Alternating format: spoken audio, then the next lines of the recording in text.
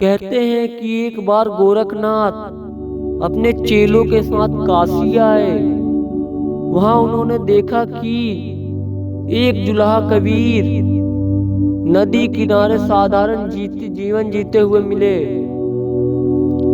उन्हें संत कहकर सम्मान दे रहे थे। गोरखनाथ को आश्चर्य हुआ, ये बिना तपस्या किए, बिना योग किए, बिना साधना किए, बिना दीक्षा के कैसे संत हो सकता है। गोरखनाथ जी कबीर के योग बिना, मंत्र बिना, गुरु दीक्षा बिना तू कैसे संत हुआ। हमने तो वर्षों तप किया है, कठिन साधना की है। नाथ जी, आपका मार्ग कठिन है। शरीर को कष्ट देकर, इंद्रियों को जीतकर, साधनाएं कर कर मुक्त का मार्ग। पर मेरा मार्ग सरल है। मन को सीधा भगवान की भक्ति में लगा देना। मैंने नाम सुमरीन और सतगुप्त कृपा से सच्चा योग पा लिया। तू योगी नहीं है, केवल शब्दों का खेल करता है। मोको कहाँ ढूंढो रे बंदे में, तो मेरे पास में ना मैं देवल, ना मैं मंजिल, ना काबे कैलाश में। गोरखनाथ को ये बात गहरी लगी। उन्होंने देखा कबीर का मार्ग तपस्या से कठिन नहीं है, बल्कि हृदय से सहज है।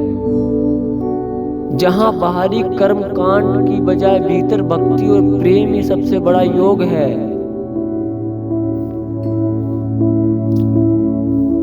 कबीर योग बिना, आसन बिना, प्राणायाम बिना तू कैसा साधु। हमने तपस्या से सिद्धता पाई है, तू क्या जनता है साधना का संवाद। कबीर जी बोले, नाथ जी, साधना का क्या लाभ है यदि मन का अहंकार ना मिटे। मैं तो वही साधना करता हूं जिससे मन सीधा मालिक तक पहुंचे। देखो, ये साधु कुछ नहीं जानता, ना हवन, ना जप, ना ध्यान, फिर भी कहता है भगवान मिला। फिर कबीर जी ने एक दोहा सुनाया, पोथी पढ़ी पढ़ी जगमुआ, पंडित भय न कोय, ढाई आखिर प्रेम का पढ़े से पंडित होए। तो क्या तपस्या व्यर्थ है? क्या योग मार्ग गलत है? नहीं नाथ जी, आपका मार्ग भी सही है, पर कठिन है। आप साधना से पहुंचते हैं, मैं प्रेम से पहुंचता हूं। परमात्मा गुफा या काशी में नहीं, वह तो हर जीव के दिल में छिपा बैठा है। गोरखनाथ जी बोले, तो तेरा कहना है कि बिना कर्म कांड भी भगवान मिलते हैं? जी नाथ जी, बस नाम और विश्वास चाहिए। जिस दिन मन निर्मल हो गया, उसी दिन योग सिद्ध हो गया। कबीर, तूने तो योग का नया अर्थ बता दिया। जहां साधना बाहर नहीं भीतर होती है। हाँ नाथ जी, यही है सच्चा योग। मन चंगा तो कटौती में गंगा। इस दूसरे भाग में गोरखनाथ और कबीर के बीच में टकराव का समझौता होता है। गंगा के घाट पर बहस शांत हो चुकी थी। दोनों संत अब गहरे विचार में हैं। गोरखनाथ जी बोले, कबीर तू सही कहता है। हम योगी लोग देह और इंद्रियों पर नियंत्रण करें, परमात्मा तक पहुंचते हैं। पर तेरा मार्ग सरल है, जहां हर गृहस्थ पर हर साधना इंसान बिना तपस्या किए भी राम नाम से मुक्त हो सकता है। नाथ जी, आपका मार्ग भी महान है, पर यहाँ सबके लिए संभव नहीं। मैं तो बस यही कहता हूँ कि भगवान दूर कहीं नहीं, हर दिल में है। बस प्रेम और विश्वास से उन्हें पाया जा सकता है। तो फिर तेरे और मेरे मार्ग अलग होकर भी एक की नहीं, लक्ष्य की ओर जाते हैं। सही कहा नाथ जी, राह अलग हो सकती है पर मंजिल एक ही है। धर्म केवल कठिन साधनाओं या कर्म कांड से नहीं है, ना ही केवल गुफाओं और जंगलों में ही भगवान मिलते हैं। सच्चा योग वही है जो अहंकार मिटाए, मन को निर्मल बनाए और हृदय को प्रेममय कर दे।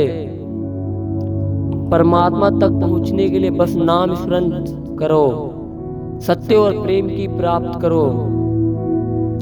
कबीर और गोरखनाथ की मुलाकात इतिहास नहीं बल्कि अत्यधिक संवाद है।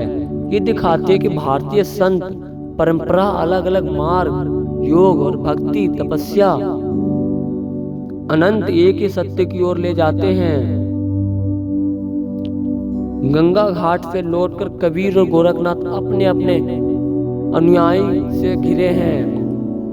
लोग आपस में चर्चा कर रहे हैं कि कौन सा मार्ग बड़ा है, योग या भक्ति। नाथ जी का मार्ग कठिन है, ये तो जंगल और गुफाओं के साधुओं के लिए है। पर कबीर का मार्ग सरल है, जिससे हम ग्रस्त भी अपना सकते हैं। पर साधना से जो शक्ति मिलती है वे भक्ति से कहां। भाइयों, शक्ति का क्या करेंगे यदि करुणा ना हो? ज्ञान का क्या करेंगे यदि प्रेम ना हो? साधना वही सफल है जो समाज में सेवा और भाईचारे का भाव जगाए। तू सही कह रहा है कबीर, हम योगी लोग साधना में शक्ति पाते हैं, पर तेरे शब्द समाज को सीधा जोड़ते हैं। इस मुलाकात के बाद लोगों को यह बोध हुआ कि धर्म असली मकसद विभाजन नहीं, मिलन है। ग्रस्त लोग कबीर का सरल भक्ति मार्ग अपनाने लगे। साधु सहनसाई गोरखनाथ से योग और अनुशासन सीखते रहे। दोनों परंपराएं मिलकर भारतीय संत परंपरा को और समृद्धि कर गई। गांव-गांव में कबीर के भजन और दोहे गाने जाने लगे। योगी और भक्तियों के बीच संवाद बढ़ा, विरोध कम हुआ। ये कथा पीढ़ी दर पीढ़ी सुनाई जाने लगी ताकि लोग समझे परमात्मा तक पहुंचने का मार्ग और कहीं नहीं। भक्ति का असली मन वही है जो प्रेम और भक्ति के मार्ग पर चले।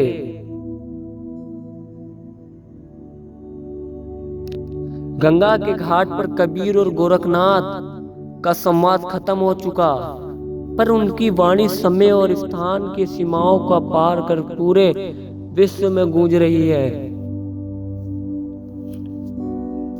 धर्म की सीमा, कबीर कहते हैं ना मैं हिंदू ना मैं मुसलमान, और गोरखनाथ कहते हैं साधना किसी जाति या महजब की बंधक नहीं है।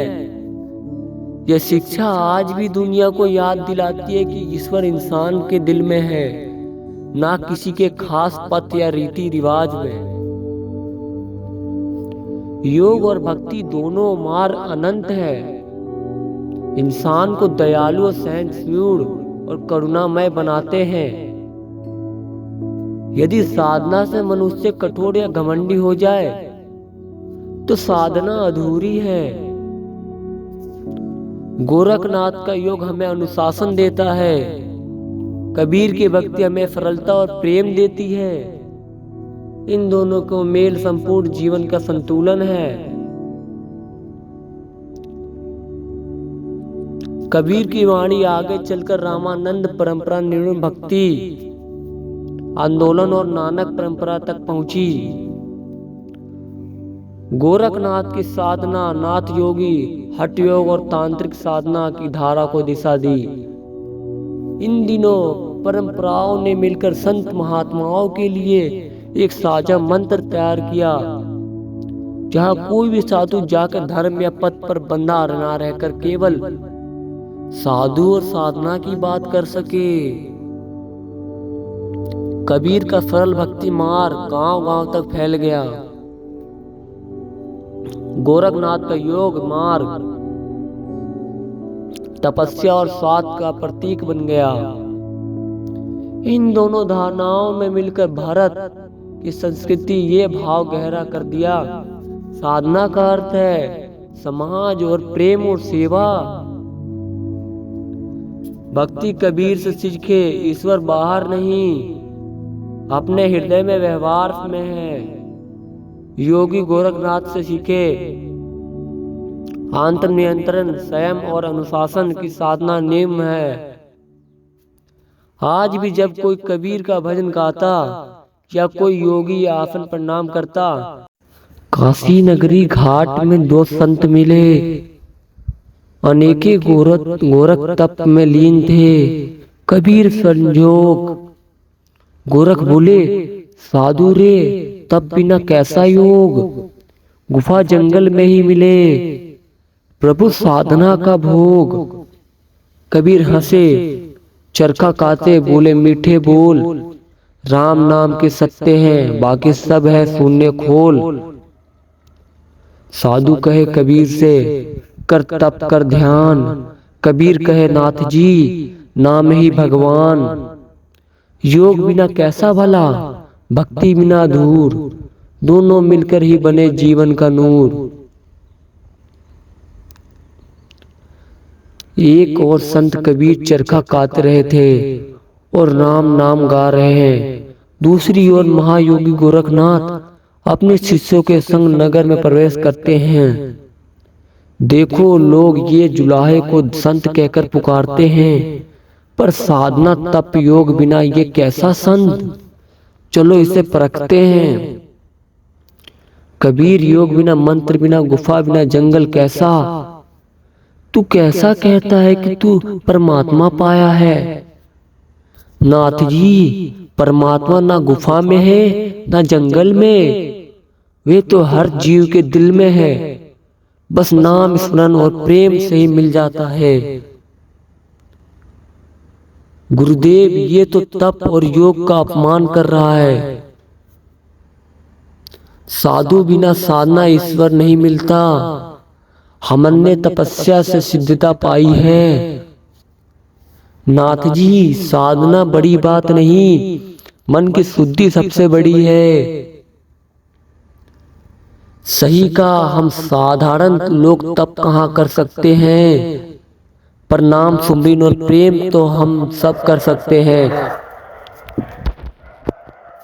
कबीर तूने सही कहा है, योग मार्ग कठिन है पर भक्ति का मार्ग सरल है।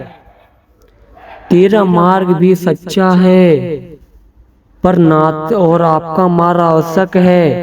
भक्ति और योग से मिलकर ही पूर्ण साधना बनते हैं। सत्य एक है, राहें भले अलग हों। योग से अनुशासन लो, भक्ति से प्रेम लो, दोनों मिलकर ही जीवन का पूर्णता देते हैं। सभी पात्र मिलकर मन चंगा करो, कठिन में गंगा है। गंगा घाट में यादें बसने लगी और कबीर जी चरखा चलाते समय गोरखनाथ जी से सवाल पूछे, गोरखनाथ जी